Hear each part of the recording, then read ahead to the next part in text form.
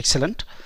So இதுக்கு முன்னால் கிளாஸில் என்ன பார்த்தோம் அப்படின்னா, கமாண்ட் ப்ராம்ப்ட் அப்படிங்கிற ஸ்க்ரீனை நம்ம எப்படி கொண்டு வர்றது, எப்படி கம்ப்யூட்டர் ஸ்டார்ட் ஆகி நமக்கு ரெடி ஸ்டேட்டுக்கு வர்றதை நம்ம எப்படி புரிஞ்சிக்கிறோம், அதுக்கப்புறம் ஓஎஸ் அப்படிங்கிறது எப்படி ஒரு ஹியூமனுக்கும்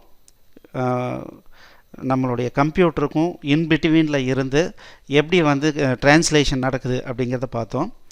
ஸோ இப்போது சில கமெண்ட்ஸை பார்க்கலாம். சரி, இப்போ பார்த்தீங்க அப்படின்னா நம்ம இந்த டூல் பார் இருக்குது. இந்த இதில் பார்த்தீங்கன்னா டாஸ்க் பாரில் இங்கே ரைட் சைடில் பார்த்தீங்கன்னா டேட்டு டைம்லாம் ஈஸியாக இப்போ பார்த்துக்குறோம். இதே வேலையை நாங்கள் என்ன பண்ணுவோம் அப்படின்னா, அப்போ கமாண்ட் ப்ராம்ப்ட் மட்டும்தான் இருக்கும். அப்போ நம்ம எப்படி பார்க்குறது, இன்றைக்கும் பார்த்தீங்கன்னா யூனிக்ஸு லைனக்ஸ்லலாம் பார்த்தீங்கன்னா இந்த மாதிரி கிராஃபிக்ஸ் யூசர் இன்டர்ஃபேஸ் இல்லை. அப்போ என்ன பண்ணுவோம், இந்த டேட் அண்ட் டைம் பார்க்கணும் அப்படின்னா அதுக்கு நம்ம ஓஎஸ் கிட்ட நம்ம கேட்கணும், எனக்கு டேட்டை சொல்லு, டைமை சொல்லுன்னு கேட்கணும். அப்போ என்ன பண்ணுவோம், இப்போ நம்ம ஏற்கனவே பார்த்த மாதிரி, ஸோ இது இப்போ ஓஎஸ். இப்போ நம்ம என்ன பண்ணுறோம் அப்படின்னா, என்ன டேட்டு அப்படின்னு கேளுன்னு சொல்கிறோம். டேட்டுன்னு நான் கொடுக்குறேன். இவர் என்ன பண்ணுறாரு, நம்மளுடைய கம்ப்யூட்டர்கிட்ட கொடுத்து டேட் என்னப்பான்னு கேட்குறாரு. இவர்கிட்ட கொடுத்துருவார்.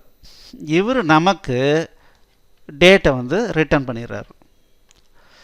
ஸோ இதுதான் ஒரு இன்ட்ராக்ஷன்.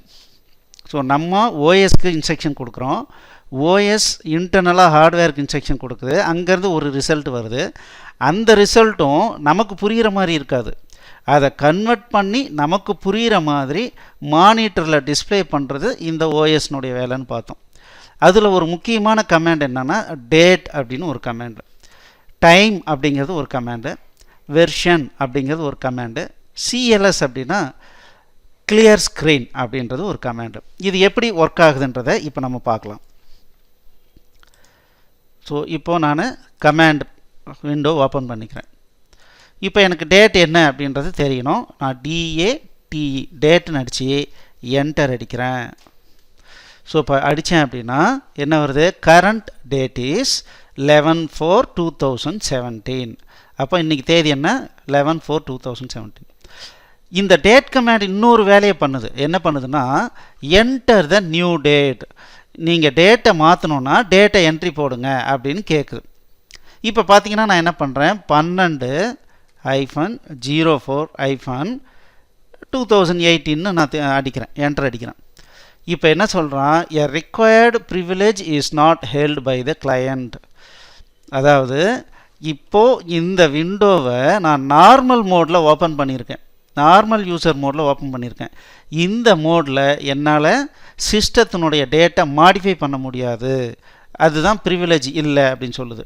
அப்போ மாடிஃபை பண்ணுன்னா என்ன பண்ணும், நான் அட்மினிஸ்ட்ரேட்டர் மோடில் ஓப்பன் பண்ணி அப்போது நான் டேட் கமாண்ட் கொடுத்து மாடிஃபை பண்ணால் சிஸ்டத்தினுடைய டேட்டை நம்ம மாற்றிக்கலாம். சரி, இப்போது இந்த டேட் கமாண்ட் என்ன பண்ணுச்சு பாருங்கள். மறுபடியும் இந்த இன்ட்ராக்ஷன் ரொம்ப ரொம்ப முக்கியம். இந்த DATEன்னு அடிச்சுட்டு அது வெயிட் பண்ணிக்கிட்டே இருக்கு.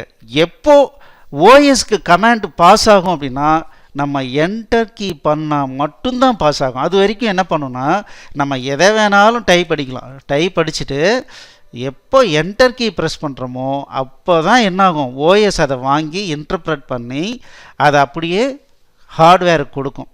இப்போ நான் ஏதோ டைப் அடிச்சிருக்கேன், என்டர் அடிக்கிறேன் பாருங்கள், the system cannot accept the date entered. அப்போது இந்த டேட்டுன்னு கொடுத்து பக்கத்தில் ஒரு டேட்டு நம்ம இது கொடுத்ததை அது ஒரு டேட்டாக இன்டர்பிரேட் பண்ண ட்ரை பண்ணுறான், ஆனால் அது டேட் இல்லை அப்படிங்கிறதுனால என்ன சொல்லுது, என்டர் த நியூ டேட்னு கேட்குது. இப்போ நான் எதுவுமே என்ட்ரி போடாமல் ஜஸ்ட் என்ட்ரு கொடுத்துட்டேன் அப்படின்னா எதுவும் நடக்காது. ஸோ அப்போது இப்போ நான் புரியாத ஒரு கமாண்ட் அடிக்கிறேன், என்ட்ரு அடிக்கிறேன். அப்போ என்ன சொல்லுது, இந்த கமாண்டு என்ன சொல்லுது, is not recognised as internal or external command, operable program or batch file அப்படின்னு சொல்லுது. இது எப்படி சொல்லுது, நான் டைப் அடித்தேன், அதை ஓஎஸ் வாங்கினுச்சு. முதல்ல ஓஎஸ்க்கு இதுக்கு என்ன கமாண்டுன்னு புரியுதான்னு பார்த்துச்சு, அதுக்கே புரியல. அப்போ என்ன ஆயிடுச்சு, நம்மக்கிட்ட இந்த மாதிரி ஒரு மெசேஜை கொடுத்துருச்சு. அவ்வளோதான். இப்போது கசகசன்னு ஸ்க்ரீனில் வந்துருச்சு. இதை நான் ரிமூவ் பண்ணோம். அப்போ என்ன பண்ணுறேன், CLSன்னு அடித்து என்டர் அடித்தா ஓஎஸ் என்ன பண்ணுதுன்னா உள்ளே வாங்கிட்டு ஓகே ஸ்க்ரீனை கிளியர் பண்ண சொல்கிறாரு அப்படின்னு சொல்லிட்டு ஸ்க்ரீனை கிளியர் பண்ணி கொடுத்துரும். இப்போ பாருங்கள், அவ்வளோதான். இதே மாதிரி டைம் அப்படின்னு கொடுத்தோம் அப்படின்னம்னா கொடுத்துட்டு என்டர் அடிக்கிறோம். அடித்தோம்னா என்ன வருது, த கரண்ட் டைம் இஸ்னு வந்துட்டு டைம் வந்துடுது. நியூ டைம் என்டர் பண்ணலாம். இப்போ நார்மல் கமாண்ட் ப்ராம்ப்டில் இருக்கிறதுனால இது ஒர்க் ஆகாது, சேஞ்ச் ஆகாது, டைம் சேஞ்ச் ஆகாது. இது வேணுன்னா நீங்கள் என்ன பண்ணுங்கள், அட்மினிஸ்ட்ரேட்டர் மோடில் ஓப்பன் பண்ணி அதுக்கப்புறம் நீங்கள் கொடுத்து டைம் கொடுத்து மாற்றி பாருங்கள், கண்டிப்பாக மாறும். என்டர் அடிப்போம். அடுத்தது வெர்ஷன், விஇஆர். அதாவது என்ன அப்படின்னா அப்போது ஆப்ரேட்டிங் சிஸ்டத்தில் வந்து டிஸ்க் ஆப்ரேட்டிங் சிஸ்டத்தில் என்ன இருந்தது அப்படின்னா நிறைய இம்ப்ரூவ்மெண்ட் வந்துக்கிட்டே இருக்கும். அந்த இப்போது இம்ப்ரூவ்டு வெர்ஷன் யூஸ் பண்ணும்போது எனக்கு சில அடிஷ்னல் கமெண்ட்ஸ் அதில் அவைலபிளாக இருக்கும். நான் பழைய டாஸை வச்சுக்கிட்டு புது டாஸ் கமெண்ட்ஸ்லாம் அதில் கொடுத்தேன் அப்படின்னா ஒர்க் ஆகாது.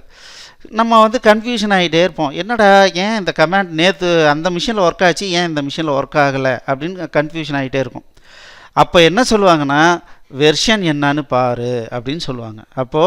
அப்போ நாங்கள் என்ன பண்ணுவோன்னா ஒவ்வொரு கமாண்டும் படிக்கும்போது இந்த கமாண்டு எந்தெந்த வெர்ஷனில் அவைலபிளாக இருக்கும் அப்படிங்கிறதையும் சேர்த்து படித்து ஞாபகம் வச்சுக்குவோம். அப்போது அந்த கமாண்டு வந்து புரியாத கமாண்டு, அன்ரெகக்னைஸ்டு கமாண்டுன்னு வந்துச்சுன்னா அடுத்தது உடனே என்ன பண்ணுவோம், நம்ம ஒர்க் பண்ணிகிட்டு இருக்கிற ஆப்ரேட்டிங் சிஸ்டம் என்ன வெர்ஷன் அப்படின்னு பார்ப்போம்.